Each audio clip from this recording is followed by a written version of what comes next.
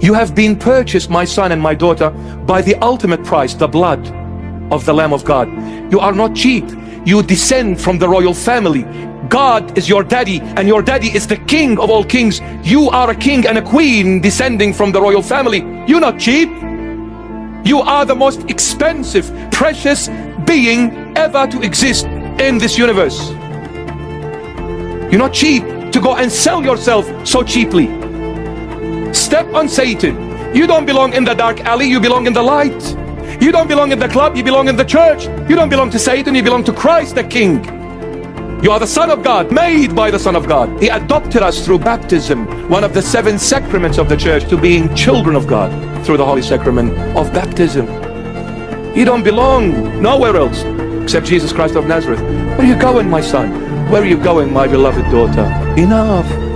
Cover yourself. Don't go out naked.